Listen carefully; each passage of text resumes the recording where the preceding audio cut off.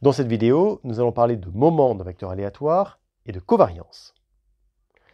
Si je me donne un vecteur aléatoire, donc dans RD, pour lequel chacune des composantes, xi, est dans L1, donc je vais pouvoir calculer l'espérance de chacune des composantes, eh bien l'espérance du vecteur aléatoire, ce sera le vecteur des espérances de chacune des composantes.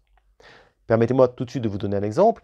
Dans la vidéo précédente, on a parlé de la modélisation de l'hydrologie, la pluviométrie à Liberty, Floride. Eh bien, nous avions constaté, l'article que nous avions regardé disait que les lois marginales sont des lois exponentielles de paramètres 4,55 et 2,79. Bon, je peux calculer l'espérance de ces variables aléatoires, puisque j'ai des formules qui, à partir des lois exponentielles et de leurs paramètres, me donnent ces espérances. Donc, simplement en regardant ces formules dans le chapitre 6, on a le fait que l'espérance du vecteur aléatoire x, ce sera 1 sur 4,55 et 1 sur 2,79. Parlons maintenant de covariance. Alors, je me donne deux variables aléatoires réelles, donc de x dans R, qui sont dans L2. Donc, je peux calculer le deuxième moment. On va appeler covariance de x et y le réel, covariance de xy, qui est l'espérance de x moins espérance de x fois y moins espérance de y. Alors, essayons de comprendre cette formule. Qu'est-ce que c'est d'abord que x moins espérance de x fois y moins espérance de y? Ben ça, c'est positif quand x et y sont simultanément au-dessus de leur espérance ou simultanément en dessous de leur espérance. Donc, si en même temps x est au-dessus de son espérance et y au-dessus de son espérance, ou x en dessous de son espérance et y en dessous de son espérance, si simultanément ça a lieu, eh bien, cette quantité, x moins espérance de x fois y moins espérance de y, est positive. Bon. Et puis, si x est au-dessus de l'espérance quand y est au-dessous ou vice-versa, eh bien, cette quantité sera négative. Bon. Alors maintenant, quand on regarde l'intégrale de ce monde-là, donc ce sera peut-être de temps en temps positif, peut-être un petit peu de temps en temps négatif, mais quand je fais l'intégrale de tout ça, alors je rappelle que l'intégrale c'est l'espérance, c'est pareil. Donc quand je fais l'intégrale de tout ça, eh bien quand je vais moyenner tout ça, ça va me donner un indicateur qui s'appelle la covariance. Donc intuitivement, ce que dit la covariance, c'est est-ce que les variables vont dans le même sens ou dans des sens opposés? C'est une intuition que je vous donne. La définition de la covariance mathématique, c'est celle qui est ici, c'est espérance de x moins espérance de x fois y moins espérance de y. Permettez-moi de faire quelques remarques. La première, c'est que je n'ai pas de problème de définition de la covariance. Pourquoi? Parce que j'ai pris des variables qui étaient dans L2. Donc si je prends des variables qui sont dans L2, donc x moins espérance de x, c'est également dans L2, y moins espérance de y, c'est également dans L2, et le produit, c'est Holder qui nous dit par exemple, c'est donc dans L1. Bon, donc pas de problème, pour définir la covariance, c'est quelque chose qui est parfaitement défini. Autre remarque, qui sont plutôt des propriétés d'ailleurs, j'ai le fait que la covariance de x avec y, c'est quand je développe, et que j'utilise la linéarité de l'espérance, c'est l'espérance de xy, donc sur R2, moins l'espérance sur R de x fois le réel espérance de y, plus espérance de y fois le réel espérance de x, et moins le produit des espérances, espérance de x fois espérance de y. Alors, sur le deuxième et troisième terme, dans le deuxième terme, je peux sortir espérance de y, c'est une constante, je peux sortir l'intégrale, et puis dans le troisième terme, pareil, je peux sortir espérance de x. Donc quand je les sors, du coup, le deuxième et le troisième terme, en fait, on voit qu'ils se simplifient, et j'obtiens donc que covariance de xy, c'est espérance de xy moins espérance de x fois espérance de y. Deuxième propriété de la covariance, c'est que manifestement c'est symétrique. Il suffit de regarder la formule, on voit bien que c'est symétrique. Donc covariance de xy égale covariance de yx. Troisième chose, si je fais covariance de x avec x, là aussi il suffit de remplacer y par x dans la formule, on voit bien qu'on a la variance de x. Quatrième propriété, si je regarde la covariance, donc c'est une application qui va de L2 croix L2 dans R, elle est bien linéaire dans la première variable et linéaire dans la deuxième variable. Il suffit là aussi, il suffit de remplacer x par x plus alpha x', utiliser la linéarité de l'espérance, on voit bien que c'est linéaire dans la première variable, comme bien sûr dans la deuxième, de toute façon symétrique, donc on ne peut pas en être autrement. Cinquième propriété, variance de x plus y égale variance de x plus variance de y plus 2 covariances de xy. Comment on démontre ça? Bon, bah, simplement en faisant le calcul direct. Hein, on remplace variance de xy par la formule, etc. Là, vous pouvez même le mettre en pause là tout de suite la vidéo, faire le calcul et donc obtenir immédiatement cette égalité. Donc voilà quelques propositions, quelques propriétés de la covariance.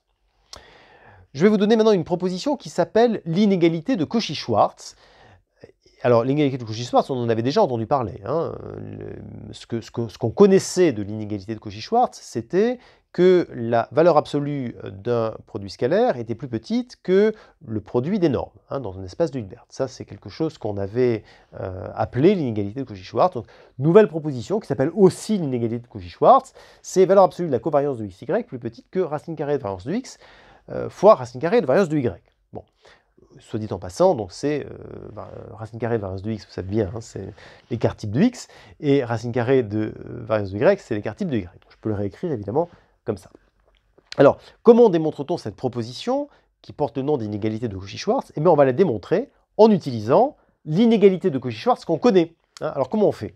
Eh bien, déjà, on va constater que la valeur absolue de la covariance de xy, c'est la valeur absolue de l'espérance de x moins espérance de x fois y moins espérance de y. Bon. Et la valeur absolue de cette espérance, en fait, l'espérance d'un produit de fonction, c'est l'intégrale du produit de fonction. Mais là, on a deux fonctions qui sont dans L2, on fait l'intégrale du produit de deux fonctions dans L2, ça s'appelle en fait le produit scalaire. C'est le produit scalaire dans L2. Hein. Donc, la valeur absolue de la covariance de xy, c'est la valeur absolue du produit scalaire de x moins espérance de x par y moins espérance de y, produit scalaire dans L2. Et là, je vais utiliser l'inégalité de Cauchy-Schwarz que je connais. Et ça me dit que c'est plus petit que le produit des normes dans L2. Oui, sauf que la norme dans L2 de x moins espérance de x, je rappelle que la norme L2, c'est la racine carrée de l'intégrale de la fonction au carré. Donc ça, du coup, ça me donne exactement la racine carrée de la variance. Et de l'autre côté, pareil, hein, norme L2 de y moins espérance de y, c'est la racine carrée de la variance de y. Donc ce qui évidemment me donne le résultat. Du coup, pourquoi ça s'appelle l'inégalité de Cauchy-Schwarz? Parce qu'en fait, ça se démontre très facilement avec l'inégalité de Cauchy-Schwarz.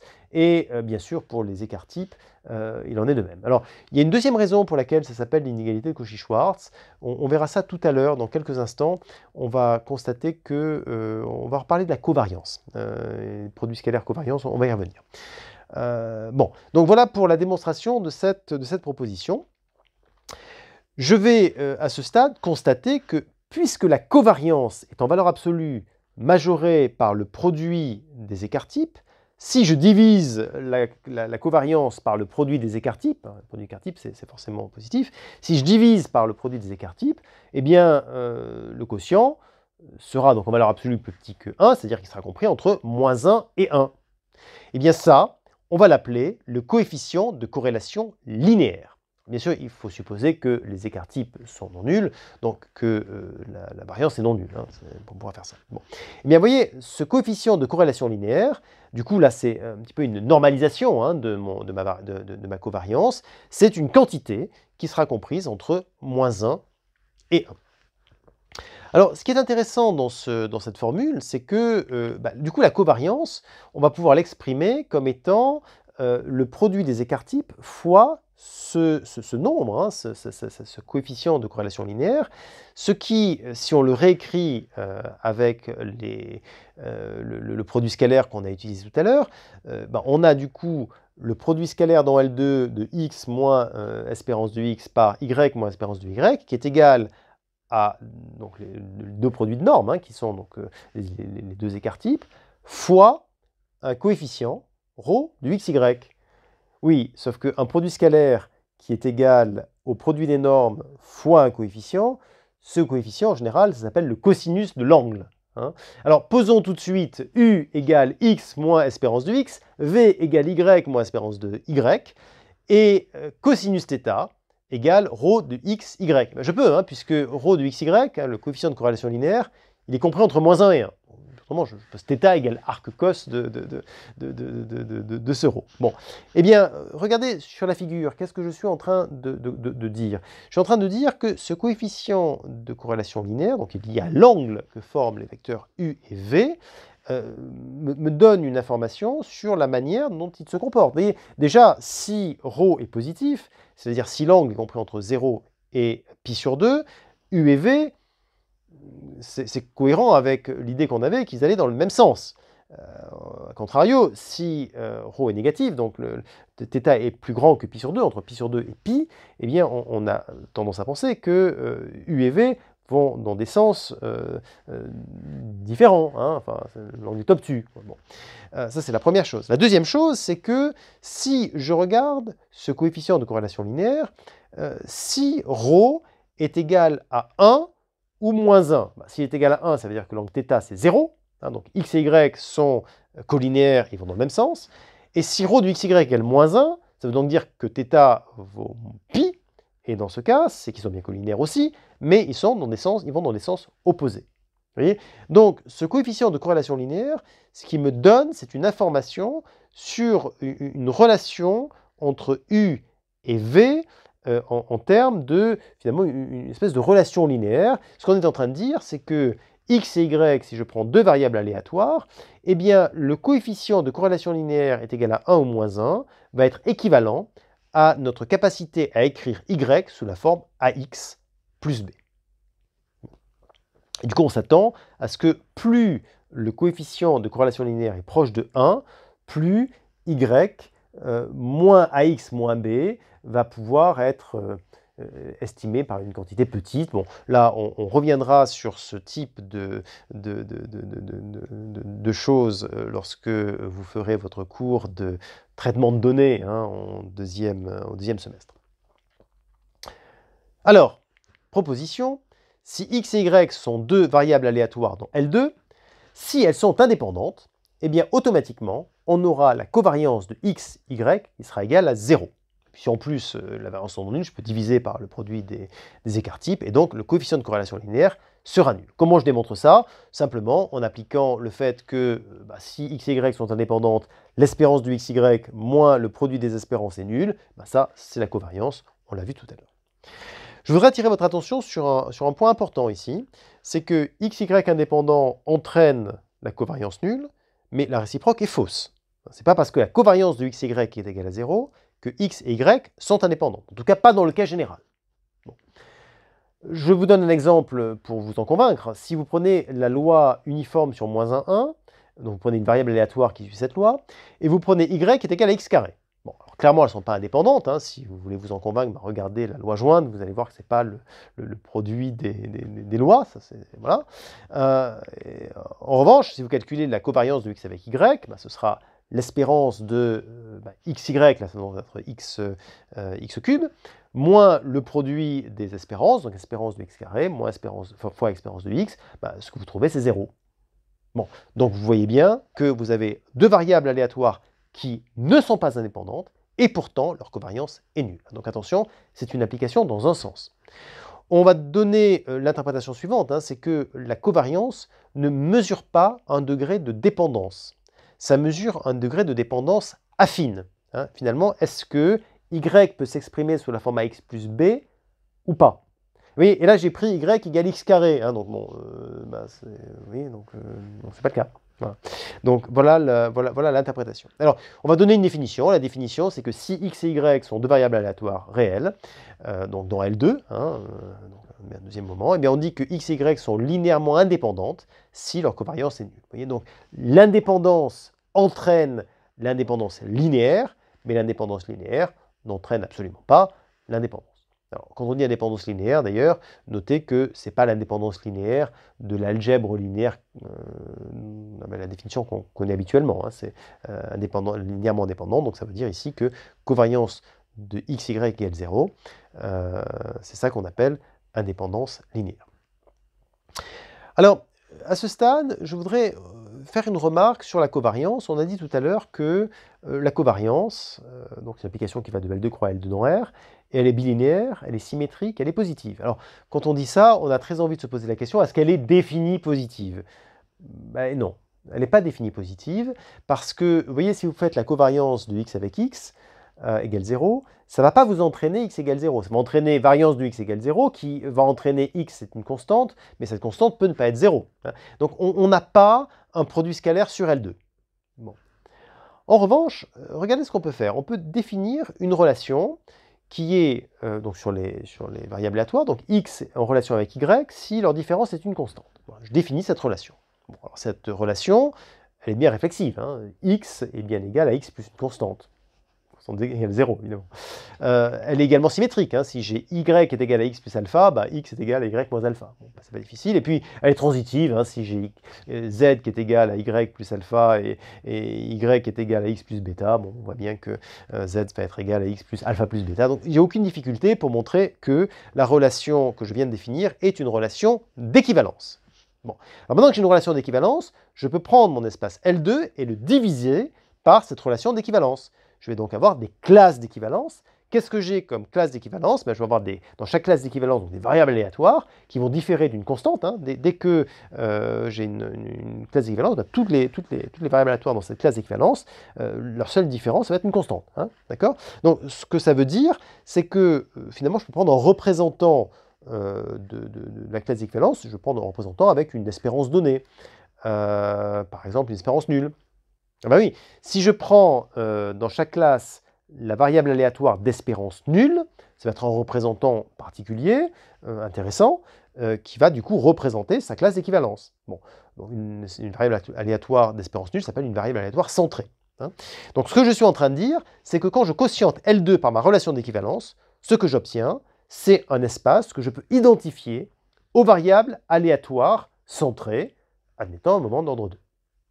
Alors maintenant, sur cet espace quotient, la covariance va bien être bilinéaire, symétrique, positive et définie. Hein, donc autrement dit, ça va être un produit scalaire. Notez au passage qu'il y a un petit abus de notation ici, hein, parce que covariance, c'est quelque chose qui s'applique à L2. Et là, en fait, la covariance qui est écrite ici, c'est la covariance quotientée. Hein, bon. Là, je vous renvoie à la vidéo sur laquelle on parle des relations d'équivalence si ces choses-là ne sont pas bien claires pour vous. Hein, donc je vous remets un lien sur cette vidéo sur laquelle vous pouvez aller visionner. Hein, donc il y a un petit abus de notation, mais simplement, donc c'est la covariance, la fonction quotient, on la note encore covariance, et donc ça va être quelque chose qui va être défini sur cet espace, donc cet espace des variables aléatoires centrées qui admettent un moment d'ordre 2. Notez au passage que la covariance, alors là, la covariance définie sur L2 maintenant, hein, la première covariance, c'est celle de tout à l'heure, définie par l'espérance de x moins l'espérance de x fois y moins l'espérance de y. Vous voyez, là on est en train de dire simplement que je regarde les variables aléatoires centrées et je fais leur produit scalaire de L2. Hein, du coup, c'est évidemment très cohérent avec ce à quoi on s'attend. Bon. Alors, une fois qu'on a dit j'ai défini une covariance, enfin une nouvelle covariance, qu'on a toujours covariance sur l'espace quotient, eh bien, sur l'espace quotient, j'ai donc un produit scalaire. Donc, quand j'ai un produit scalaire, j'ai un espace pré-hilbertien. Je vais voir dans quelques instants que ça va être un espace hilbertien. Quelle est la norme? Bon, bah, la norme sur cet espace quotienté, c'est la racine carrée du produit scalaire. Produit scalaire nouveau, hein, covariance. Donc, la norme dans l'espace quotienté, c'est la racine carrée de la covariance de x avec x. Dit autrement, c'est la racine carrée de la variance, ce qui est mieux connu sous le nom de écart type. Donc, ce que je suis en train de dire, c'est que sur mon espace quotienté, j'ai une norme qui est l'écart type. L'écart type est une norme. Bon. Et la norme même. Bien. Donc, est-ce que j'ai un espace complet? Alors là, on va enfoncer des portes ouvertes. Hein. Bien sûr que oui, c'est l'espace quotienté d'un espace complet. Donc là, on ne va pas avoir de problème du tout pour démontrer que c'est un espace de Hilbert. Bah, je prends une suite de Cauchy. donc de l'espace quotienté, je prends des représentants, c'est une suite de Cauchy dans L2, mais L2 est complet, donc je vais avoir une convergence vers un élément de L2 en norme L2. Et une fois que j'ai fait ça, je constate que xn moins x dans la norme quotientée, donc l'espérance de xn moins x au carré, hein, et donc ça va être la norme L2 de xn moins x qui tend vers 0. Donc ce que j'ai, c'est que mon espace L2 quotienté est complet. Hein. Donc l'espace des variables aléatoires centrées admettant un moment d'ordre 2 est un espace de Hilbert pour le produit scalaire covariance. La norme, c'est l'écart-type, et l'orthogonalité, c'est l'indépendance linéaire. Alors maintenant qu'on a dit ça, c'est une remarque. Pourquoi c'est une remarque? Parce que on va pouvoir faire de la géométrie sur le triangle. Regardez, si x et y sont linéairement indépendantes, donc j'ai du coup x et y donc, orthogonales hein, pour la covariance, et donc je vais appliquer le théorème de Pythagore, hein, je suis dans une espèce de Hilbert. Donc théorème de Pythagore, alors vous connaissez hein, le carré de l'hypoténuse, etc. Si vous avez fait une bonne troisième, ce que ça veut dire, c'est que le carré de l'écart type de x plus y, c'est le carré de l'écart type de x plus le carré de l'écart type de y. Bien sûr. Ou dit autrement, variance de x plus y égale variance de x plus variance de y. Si je regarde maintenant le cas général, hein, où mes variables aléatoires ne sont plus nécessairement orthogonales, c'est-à-dire linéairement indépendantes, eh bien, je vais avoir la loi des cosinus. Alors, la loi des cosinus, qui est beaucoup plus enseignée dans les pays anglo-saxons qu'en France, pour une raison que je ne sais pas pourquoi, enfin, on est aussi enseignée en France, bien sûr, permet de déterminer la longueur d'un côté du triangle, connaissant la longueur des deux autres côtés, et l'angle opposé. Hein, et la formule est la suivante, alors là je l'ai écrite avec les sigma, hein, c'est sigma de x plus y au carré égale sigma de x au carré plus sigma de y au carré moins 2 fois le produit hein, donc des longueurs fois le cosinus de l'angle opposé. Alors, le cosinus de l'angle opposé c'est alpha. Si on regarde le lien entre alpha et finalement l'angle entre x et y, hein, donc ça c'est, souvenez-vous, tout à l'heure on avait parlé d'un θ, qu'est-ce que j'ai? Déjà je vais écrire la formule précédente en remplaçant cosinus alpha par cosinus pi moins alpha, évidemment en mettant un signe moins, hein, vous connaissez bien les formules trigonométriques, et bien mon cosinus pi moins alpha, c'est mon cosinus θ. Hein. En fait ce que je suis en train de dire, c'est que c'est mon coefficient de corrélation linéaire. Donc, quand j'écris ça, j'écris quoi? J'écris finalement que variance de x plus y est égale à variance de x plus variance de y plus 2 covariance de x, y. Alors, ceci étant dit, donc on ferme la parenthèse sur cette remarque. Définissons maintenant une matrice de covariance lorsque l'on a non plus deux vecteurs, deux variables aléatoires réelles, mais des variables aléatoires réelles qui composent donc un vecteur aléatoire de dimension d. Eh bien, je vais appeler matrice de covariance la matrice où sur la ième ligne jème colonne, j'ai la covariance de xi avec xj. Alors évidemment, sur la diagonale, au lieu d'écrire covariance de x1, x1 à covariance de xd, xd, autant écrire les variances, hein, puisque c'est ça qu'on a. Bon. Donc voilà la matrice de covariance. Il y a une première propriété qui est immédiate, c'est que cette matrice est la matrice d'une forme quadratique qui avait associe la variance de produit scalaire avec xv. Alors pourquoi? Bon, il suffit de l'écrire. Hein. Si vous écrivez Q de V, c'est quoi? C'est la transposée de V, ma matrice sigma, fois V. Bon, là, donc j'écris, je fais la somme pour I variant de jusqu'à D, somme pour J variant, enfin, je fais les produits. Hein. Donc ça me fait covariance de XI, XJ, VI, VJ. Du coup, comme c'est linéaire dans chacune des variables, je peux écrire les choses de cette manière-là. Et comme c'est linéaire dans chacune des variables, je peux écrire ça comme la covariance des sommes. Hein. Donc j'ai la covariance de la somme pour I variant de 1 jusqu'à D de VI, XI. Ça, c'est le produit scalaire de X et de V. Par la somme pour j variant de 1 jusqu'à d de vj xj, là aussi c'est le produit scalaire de x avec v. Dit autrement, j'ai donc bien la variance de x avec v, produit scalaire de x avec v. Je voudrais tout de suite noter que la matrice de covariance est symétrique et positive. Hein. Alors, pourquoi symétrique? Parce que covariance de xi, xj, c'est covariance de xj, xi. Et puis pourquoi positive? Parce que justement, quand je fais la variance de xv, enfin, la valeur du produit scalaire de x avec v, c'est quelque chose qui est positif. Donc j'ai bien une matrice symétrique et positive. Le fait que j'ai une matrice symétrique et positive me donne tout de suite plusieurs propriétés grâce à l'algèbre linéaire. Le fait que ses valeurs propres sont réelles et positives, le fait qu'elle admette des vecteurs propres, le fait que ces vecteurs propres soient orthogonaux, et le fait qu'il existe une matrice n telle que la matrice de covariance s'écrive comme la transposée de n fois n. Vous notez bien qu'on a dit que la matrice est symétrique positive. On n'a pas dit qu'elle était symétrique définie positive. En particulier, personne n'a dit que la matrice de covariance était inversible. En fait, personne ne l'a dit parce que ça peut tout à fait ne pas être le cas.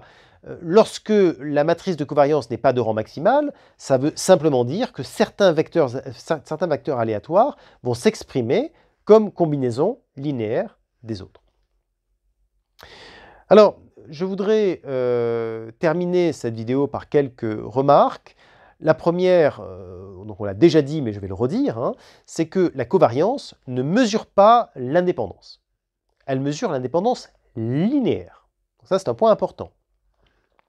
Deuxième chose, alors là qu'on n'a pas dite, je vais le dire maintenant, c'est que la covariance ne dépend pas que de la copule. Autrement dit, ça ne dépend pas que de la structure de dépendance des variables aléatoires, ça dépend aussi des lois marginales. Vous voyez, donc c'est un mélange entre les lois marginales et la copule. Donc ça, c'est pas forcément très satisfaisant d'une certaine manière, parce qu'on aimerait avoir un indicateur qui nous parle de la structure de dépendance, et clairement, la covariance ne fait pas ça. La covariance vous donne une information sur la dépendance linéaire des variables aléatoires. Alors, la matrice de covariance, donc ça c'est un moyen très synthétique et très pratique d'évaluer la dépendance linéaire d'un grand nombre de variables aléatoires. On a toute l'information sur une matrice, on peut faire des opérations matricielles, et c'est quelque chose qui du coup est très utilisé alors en biologie, en finance, en assurance. Oui, typiquement en assurance, les assureurs aiment bien mutualiser les risques. Donc une question c'est est-ce que les différents risques que j'ai, les différentes variables aléatoires qui vont représenter ces risques, est-ce que c'est corrélé ou pas corrélé? On a plutôt envie que ce ne soit pas corrélé, en tout cas que ce soit le moins corrélé possible. Bon. En finance, les gens aiment bien avoir un portefeuille qui soit diversifié. Vous voyez, si tous les actifs du portefeuille sont dans le secteur de l'énergie, le jour où il y a un problème dans le secteur de l'énergie, le portefeuille, c'est catastrophique. Donc, en général, les gens aiment bien diversifier et du coup, se pose la question des covariances entre les différents actifs du portefeuille. Une autre application d'ailleurs, c'est dans la gestion des fonds. Il existe des fonds actifs où il y a quelqu'un qui achète des actifs, des actions, etc. Il essaie de faire mieux que le marché, il essaie de faire mieux que les indices. Et puis il y a des fonds dits passifs. Essentiellement, ce qu'on fait, c'est qu'on va essayer de répliquer un indice. On peut se poser la question de savoir est-ce que, avec un peu moins d'actifs que le S&P 500 qui en contient 500, comme son nom l'indique, on peut répliquer le S&P 500. Typiquement, c'est une question qui peut se poser. Là également, il y a un certain nombre d'ouvrages, d'articles qui vont utiliser assez largement la matrice de corrélation pour ça. Et puis, vous allez le voir, et on va vous en parler d'ailleurs dans la vidéo de complément, que cette matrice de covariance est également un moyen d'aller analyser les données, en particulier de voir quels sont les liens les plus importants, quels sont dans des données des composantes principales. Donc ça fera partie des sujets qui seront traités dans le second semestre, dans un cours dont on va vous parler dans la vidéo de complément. Et bien sûr, c'est un exemple parmi d'autres. Ces matrices de covariance et puis les outils qu'on a évoqués seront développés au second semestre de manière assez importante. Et pour terminer, je voudrais attirer votre attention sur le fait que d'autres indicateurs existent que la corrélation linéaire, en particulier le coefficient de corrélation de Spearman ou le taux de Kendall, qui sont pour le coup deux indicateurs qui ne dépendent que de la copule. Donc ça c'est bien parce que ce sont des indicateurs qui mesurent vraiment la structure de dépendance des variables aléatoires, ce que, encore une fois, ne fait pas le coefficient de corrélation linéaire. Donc voilà un certain nombre d'éléments, encore une fois, qui seront développés lors du second semestre et pour lequel donc, vous allez encore avoir un certain nombre de cours dans votre formation d'ingénieur.